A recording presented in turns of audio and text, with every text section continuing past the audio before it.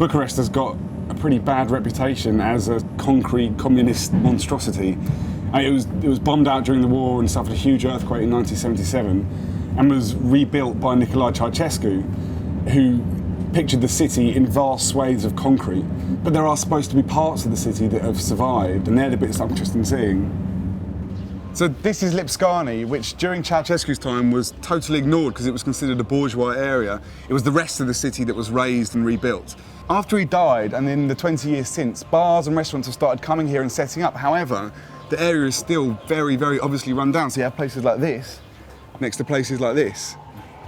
They desperately wanted to grab this Westernism, but unfortunately it means that often things can look really quite homogenous and not particularly interesting.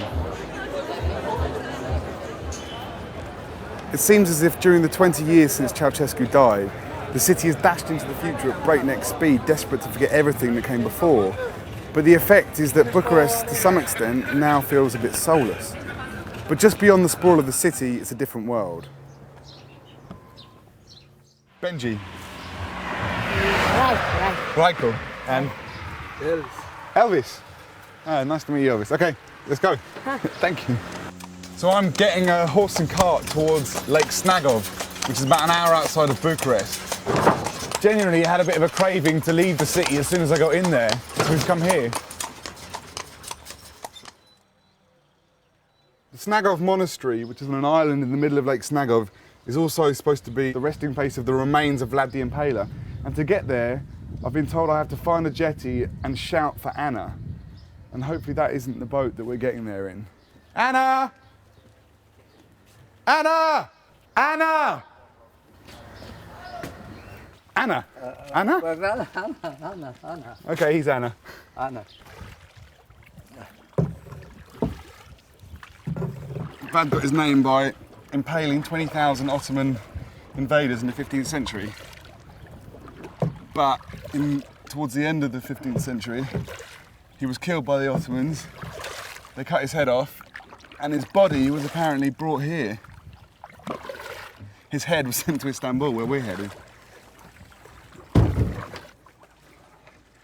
There's no one here. God bless, and welcome to this wonderful holy monastery, built on the foundations of an ancient temple. This great worthy ruler of ours lies here in his eternal sleep, because he is one of the great founders of this monastery. Some rulers cut the heads off thieves and criminals, but Vlad the Impaler had a different method of killing, impaling. But this doesn't concern us. We must see the good things. He was a church and monastery founder, and a mean man doesn't do that. These are the words of priest Ieromoa Bantianu, courtesy of Snagov Monastery. In fact, we weren't even allowed through the door, and were swiftly asked to leave the island. Our indiscreet boatman seemed to suggest there might have been a reason for this. Having found Bucharest a bit of a struggle, it's been tricky here too. A difficult day in Romania. But I have to leave tonight, and my final stop is Istanbul. A tunnel on the Romania-Bulgaria border is flooded, so I'm taking a 12-hour overnight bus. İngiliz bu.